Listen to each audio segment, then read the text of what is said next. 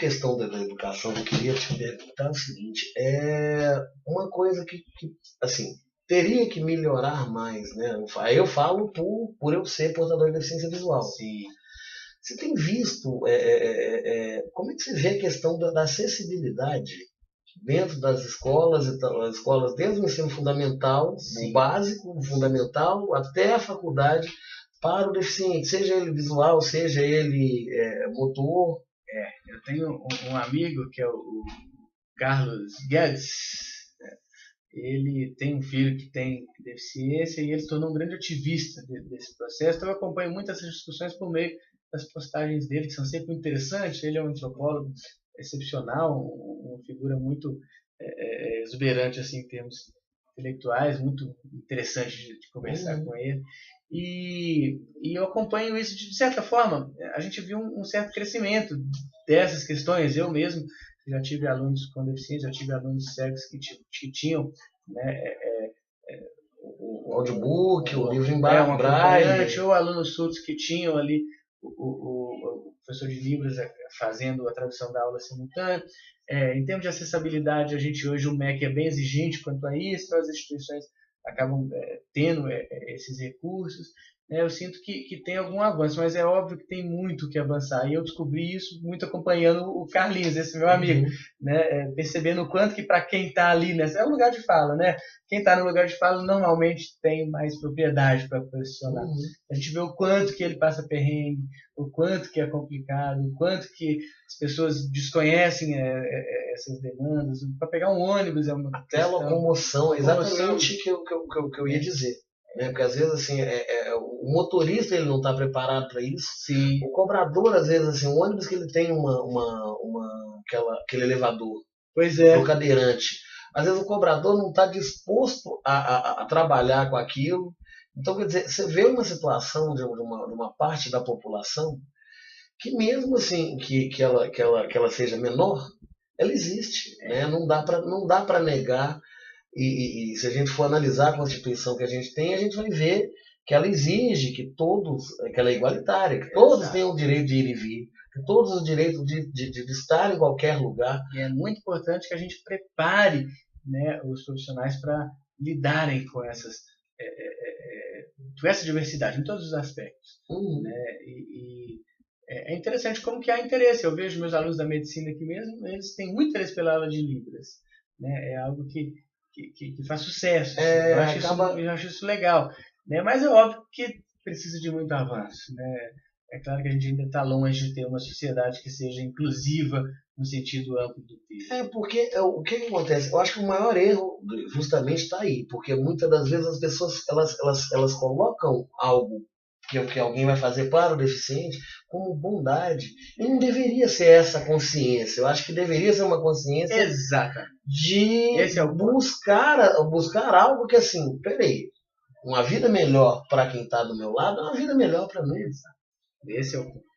Então, assim, eu acho que aí que está a situação, que a gente vai construir aquela coisa, construir noções, construir histórias, se juntar, fazer, por exemplo, um deficiente que ele consegue fazer determinadas coisas que às vezes alguém que não tem deficiência alguma não está conseguindo, acaba sendo um estímulo para aquela pessoa ser melhor.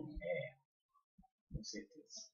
Acho que está aí a questão, até uma questão de educação social. Sem dúvidas, a educação é a chave, né? Assim, já é clichê, já é, né, uma coisa repetitiva falar que a gente tem que investir em educação, que a educação é a base para essa construção de uma sociedade mais igualitária, mais justa, menos violenta. Né? A gente não tem dúvida disso. Falta política pública, falta, de fato, no Brasil nunca, nenhum governo, nem os governos, né, que a gente teve nos últimos, né, anos que, de certa forma, fizeram algum tipo de investimento, mas a educação nunca foi a prioridade. Necessariamente não. Né? Nenhum governo teve educação realmente como prioridade. Né? No último mandato da Dilma agora, o slogan tinha a ver com a educação. Né? E veio uma chama de esperança, né, de que o dinheiro do pré-sal poderia fazer uma revolução na educação brasileira, mas depois, com essa situação desse episódio, o jogo virou, né? Esquisitíssimo desse impeachment, do qual a palavra golpe nunca vai se deslocar, descolar, né? a gente começou a assistir um processo onde foi por terra toda essa perspectiva. Houve uma desconstrução, né? Uma desconstrução de um projeto de governo que foi eleito democraticamente. Acho que o grande problema desse golpe foi esse, né? As pessoas votaram em projeto de governo e o modo como se deu esse processo, né? O grande crime foi pedalada fiscal, né? Algo que é uma prática, né, recorrente no âmbito municipal, estadual, federal. Isso então, aquilo tem um grau de artificialidade, né, que ele deslegitima as próprias instituições, né? E aí a gente vê políticos com mala de dinheiro e tentam inventar que um apartamento foi reformado para o Lula, e a gente vê o apartamento e vê que não tem reforma nenhuma, e vê o Lula falando, olha, quando eu era criança, eu tinha muita vontade de comer um chiclete americano, eu tinha muita vontade de provar um refrigerante, eu trabalhava numa venda, eu poderia ter feito isso, mas eu não fiz para não envergonhar minha mãe. Eu não roubei, né? E eu nunca roubaria. Quando você vê o cara falando uma coisa dessa, tá, o Lula tem uma capacidade de retórica incrível e tal, você percebe que, cara, que político, né, numa condição, né, desses que realmente estão ligados a helicópteros de cocaína, né, teriam uma leitura de mundo que parte dessa perspectiva. Eu acho que é uma questão de lugar de fala ali do Lula, né? É uma perspectiva que ele tem. O Lula errou? Claro, não sou uma pessoa que vou idolatrar o Lula como alguns fazem, né? O Lula não é santo, mas o Lula não é o pior deles, muito pelo contrário, né? O Lula é uma figura que representa em termos de, num contexto, pensando no Brasil, pensando, né, de estadismo, ele é o nosso estadista mais representativo no mundo. Ele é a pessoa que reinventou o Brasil, né? Deu uma cara de Brasil para o brasileiro, inclusive. E a história do Lula estava fadada a ele se tornar aquele operário que virou presidente e traiu o movimento e se vendeu. A história do Lula estava fadada a virar isso. E agora, com a prisão dele, ele está se tornando um grande mártir, vai virar um Mandela, vai virar, né, porque são os dois lados da moeda, né? Conseguiram prender? Conseguiram. Ele não vai disputar as eleições? Pelo jeito, não. Mas, do outro lado, criaram aí uma coisa. Criaram um herói. Criaram um herói. Criaram uma figura mítica. Quer dizer, ele nem é tanto assim, mas agora esse lado que ele sempre teve, que é legítimo, que existe sim, dele se aflorou. Desde a época, até mesmo da questão da Constituição de 88, as pessoas hoje em dia elas colocam o sindicato como alguém, como uma turma de vagabundo que está ali para quebrar o pau, que está ali para isso, para aquilo, para aquilo outro, fazer bagunça. Eu falei, cara, é muito aí discurso de quem é o patronal, né? Exatamente. E aí eu vi e falei assim, poxa, mas peraí, os direitos trabalhistas, que eles surgem na Constituição de 1988, você sabe de onde que eles vieram? Sabe de que guerra que eles vieram? Sabe como é que foi essa situação? Como é que foi a questão da luta para você votar hoje? Sabe, assim, acho que as pessoas elas se esquecem do que está nítido e óbvio, muitas das vezes, e querem chegar e te convencer uma situação em que você vira e fala assim, poxa, não, peraí, eu tenho que aceitar esse fato aqui. Se eu não aceitar isso aqui, que ela está dizendo como fato, eu sou um idiota, eu sou isso, eu sou aquilo outro. Não é. Eu falo assim, poxa, a grande coisa bacana de colocar os opostos na mesma mesa, numa reunião, né? É justamente o fato de cada um poder se mostrar, cada um poder... Certamente. Não, e democracia é isso, né? Diálogo. A democracia precisa do choque de ideias, precisa da discordância. É necessário que haja conflito. Né? Um sistema onde todo mundo concorda com todo mundo é o nazismo. Né? Necessariamente não é por aí. Nem no nazismo todo mundo concordava, só fingir que eu concordava, porque se não concordasse. Né? Ou seja, necessariamente não existe, né, um lugar onde todo mundo concorda. Todo mundo tem que ter diferença mesmo, as pessoas têm que discordar mesmo. Até porque as pessoas têm que poder, né, se posicionar, né, sem que haja esse futebolismo, né, essa coisa de pensar a coisa como uma disputa, né? Como se houvesse ali alguém para sair vitorioso ou perdedor. Exatamente. Né? Na verdade, política não é isso. Né? Política é um pensar no todo. Principalmente quando a gente vai para o polis, né? do grego, a gente vai para uma situação que eu viro e falo assim, poxa, eu pratico política dentro da minha casa, com minha vizinhança. E às vezes as pessoas estão discutindo alguma coisa, porque a gente tem que mudar o Brasil. Eu falei, poxa, mas o que tal começar dentro da sua casa? Sabe, enquanto eu não percebi isso, eu tive as minhas rusgas dentro de casa e eu virava e falava assim, cara, eu preciso crescer. Até que eu virei e falei assim, voltei pra mim, aí eu comecei a ser político comigo. Eu preciso melhorar isso aqui, preciso melhorar E a aquilo. gente entender que os gestos políticos eles são constantes, né?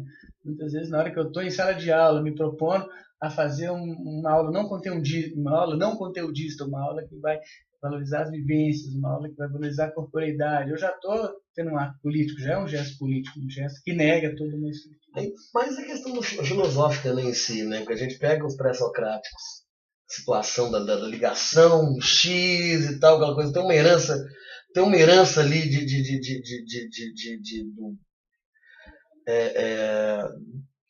acredito que até meio que teísta, né? Ou não? Não, na verdade, os pré-socráticos têm uma tendência mais de negação da existência dos deuses, né? Eu falo assim, na questão da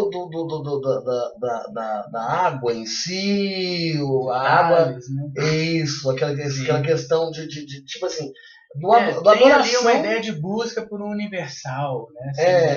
Mas a filosofia e o mito têm uma relação muito grande, né? A filosofia é uma continuação do mito, ela não é uma ruptura total do mito, né?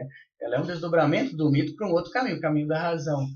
Mas as questões que a filosofia inicial tenta responder são as mesmas que o mito se faz. É isso que eu estava pensando nessa questão mesmo. Aí aquela coisa que aí a gente vê depois um surgimento de um Nietzsche. Sim. Que vem e vira e fala assim, olha, o cara neto de um luterano, filho de um luterano, e chega e vira e fala assim, não, cara, não é por aí. Que daqui para trás e tal, alguma coisa da história não vale para mim não, vale daqui. Aí o camarada chega, produz uma obra extensa e vai ganhando seguidores, né? E acaba enlouquecendo de uma certa forma também, porque acho que aí que está a questão que eu amo na filosofia é isso. Porque a gente começa a buscar um conhecimento e a gente começa a ter uma retórica do que é consciência. Sim. Mas a loucura, ela não pode, parece que ela não pode abandonar a gente também por um outro lado. Não sei, eu tenho essa é como se fosse uma ligação do emocional com o intelectual. Não, sem dúvidas, né? Quem é que fala isso? Que não se deve curar demais, né? É necessário manter ali um certo grau de equilíbrio aí, né? Entre esse elemento mais que parece insano, mas ele é instinto. Ele é uma herança arcaica, né? Como diria Freud. Né? Querido, que delícia, que bacana, bom, cara. Bacana demais a conta. Legal. Eu quero agradecer aqui, gente, o Francesco, que me deu essa honra aqui de estar. Nossa, que alegria. Bicho, pra mim muito também, bom. Cara. Brigadaço. Muito bacana. Gente, até mais. Tamo junto. Fala mais alguma coisa assim para finalizar esse papo. Queria uma mensagem sua pro Papo Livre. Cara, primeiro, parabéns pela iniciativa do Papo Livre, achei genial. É importantíssimo que a gente tenha canais de discussão e que as pessoas possam acompanhar as conversas e colocar seus comentários. Eu acho que essa é a ferramenta mesmo de construção do pensamento e não só ficar compartilhando os títulos das matérias, né, ou os memes, né? Essas discussões que ficam só... Não que eu ache o meme uma coisa ruim, né, mas que apenas o meme realmente, ainda mais os memes como são construídos, né, realmente fica uma coisa superficial. Então é a questão da gente valorizar sempre a busca pelo conhecimento, a informação, né, acho que a educação é o caminho para isso, por isso nosso papo foi sempre pensando no papel da educação. Né? Então cada coisa, a gente acaba falando de tudo, né? A mensagem é manter essa bandeira pela educação e seguimos, resistência e persistência. Sempre, cara, brigadaço. Muito bom.